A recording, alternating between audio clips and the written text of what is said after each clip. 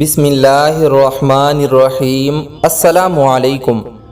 اللہ رب العزت نے ہر امت اور قوم کو کسی فتنے اور آزمائش میں ہمیشہ مبتلا کیا ہے، جس کی خبر پیغمبروں نے اپنی اقوام کو دی ہے۔ امت محمدیہ کے لیے ایک بڑی آزمائش وحشی اور درندے صفت قوم کے خروج کی شکل میں لکھ دی گئی ہے، جس کے وقوع پذیر ہونے میں کوئی شک نہیں۔ آخری نبی محمد صلی اللہ علیہ وسلم نے احادیث مبارکہ میں اسی فتنے کی خبر نہایت ہی وضاحت کے ساتھ دی ہے۔ اس وحشی قوم کا نام یاجوج ماجوج ہے۔ یہ وہ قوم ہے جس کی پیش گوئی نہ صرف نبی صلی اللہ علیہ وسلم نے کی، بلکہ توریت و انجیل میں بھی اس قوم کا ذکر ملتا ہے، جسے گوگ اینڈ میگوگ کہا گیا ہے۔ دراصل یاجوج ماجوج حضرت نوح علیہ السلام کے تیسرے بیٹے یافس کی اولاد میں سے ہیں۔ یہ لوگ شمالی مشرقی ایشیا میں زندگی بسر کیا کرتے تھے اور اپنے ارد گرد کے علاقوں پر ہمیشہ وحشیانہ حملہ کیا کرتے تھے۔ ان کی آبادی چین سے مغرب میں ترکستان تک پھیلی ہوئی تھی۔ روایتوں میں آتا ہے کہ یاجوج ماجوج بنی آدم میں سے ہیں، اور اگر انہیں پوری دنیا میں چھوڑ دیا جائے تو تباہی مچا دیں گے اور لوگوں کی معیشت تباہ کر ڈالیں گے۔ ان میں سے ہر کوئی آدمی اس وقت تک نہیں مرتا جب تک اپنی 1000 یا اس سے زیادہ اولاد نہ دیکھ لے۔ ان کے چہرے تہ بتہ ڈھال کی طرح ہیں۔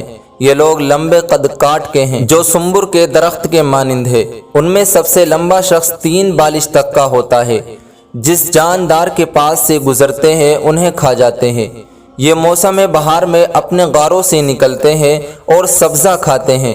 ان کے پنجے اور دانت درندوں کی طرح ہے۔ ہزاروں سال قبل اس روئے زمین پر اللہ کے ایک نیک بندے کی حکومت تھی، جنہیں ذوالقرنین کے نام سے جانا جاتا ہے۔ اللہ رب العزت نے ذوالقرنین کو زمین کے ایک بڑے حصے پر بادشاہت عطا فرمائی تھی۔ آپ نے مشرق و مغرب کا سفر بھی کیا تھا۔ مورخین کے مطابق ذوالقرنین کے نام سے قرآن مجید میں جس شخص کا ذکر آیا ہے، دراصل وہ ایران کا عظیم بادشاہ خرس تھا، جسے سائرس اعظم بھی کہا جاتا ہے۔ جب حضرت ذوالقرنین نے شمال کا سفر کیا تو آپ کا گزر مشرقی ترکستان اور مغلستان کے علاقوں سے ہوا۔ یہ علاقہ 2 عظیم پہاڑوں کے بیچ آباد تھا، اور پہاڑ کے اس کے پار یاجوج ماجوج رہا کرتے تھے۔ ان لوگوں نے ذوالقرنین سے یاجوج ماجوج کے فتنے کی شکایت کی اور کہا کہ یہ قوم بار بار ان علاقوں میں حملہ کر کے فساد پھیلاتی ہے، لہذا حضرت ذوالقرنین نے اس سرکش قوم کی یلغار سے حفاظت کی خاطر ان پہاڑوں کے درمیان ایک مضبوط دیوار تعمیر کروائی، جو لوہے اور پگھلے ہوئے تانبے سے بنائی گئی تھی۔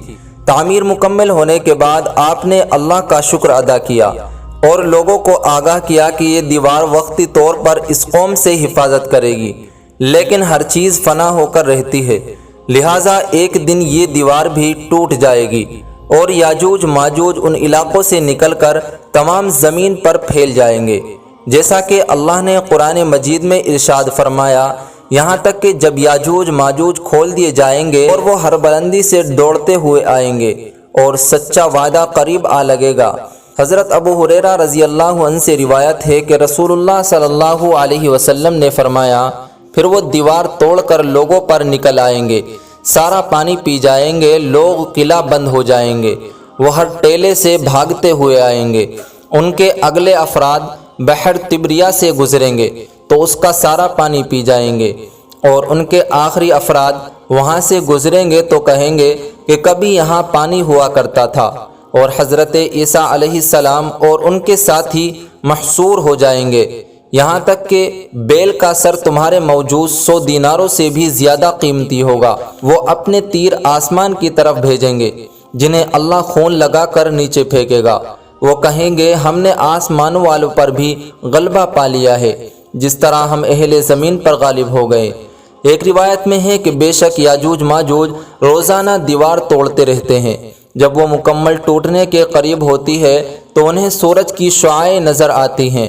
اتنے میں ان کا بڑا کہتا ہے، چلو باقی کل توڑیں گے، تو اگلے دن اللہ اس دیوار کو پہلے سے بھی مضبوط بنا لیتا ہے۔ جب ان کی قید کی مدت ختم ہو جائے گی اور اللہ انہیں لوگوں کے سامنے ظاہر کرنا چاہے گا تو اس دن جب وہ سورج کی شعاعیں دیکھیں گے تو ان کا بڑا کہے گا چلو انشاءاللہ باقی کل توڑیں گے۔ جب وہ اگلے دن آئیں گے تو انشاءاللہ کہنے کی برکت سے دیوار اتنی ہی ہوگی جتنی چھوڑ کر گئے تھے، یوں وہ باقی دیوار توڑ کر باہر آ جائیں گے۔ دیوار توڑنے کے بعد یہ زمین میں خوب قتل و غارت کریں گے۔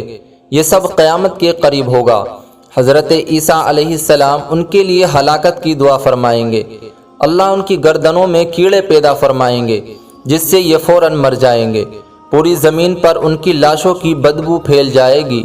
پھر اللہ ایک قسم کے پرندوں کو بھیجے گا جو ان کی لاشیں اٹھا کر جہاں خدا چاہے گا پھینک آئے گا۔ یوں یاجوج ماجوج کا خاتمہ ہو جائے گا۔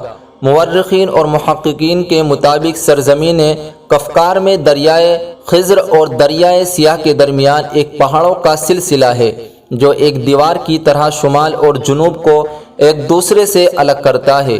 اس میں ایک دیوار کی طرح درہ بھی موجود ہے جو مشہور درہ دریال ہے۔ یہاں ایک قدیم تاریخی لوہے کی دیوار نظر آتی ہے۔ اس بنا پر بہت سے لوگوں کا نظریہ یہ ہے کہ یہ دیوار ذوالقرنین یہی ہے، جبکہ کچھ مورخین دیوار چین اور دیوار ترمس کو دیوار ذوالقرنین مانتے ہیں۔ یہ تمام نظریات قیاس اور اندازوں پر مبنی ہے۔ دیوار ذوالقرنین کہاں بنائی گئی ہے اور کہاں واقعی ہے، اس کا علم صرف اللہ تبارک و تعالیٰ کو ہی ہے، اور وقت مقرر پر اس دیوار کو یاجوج ماجوج توڑ کر نکل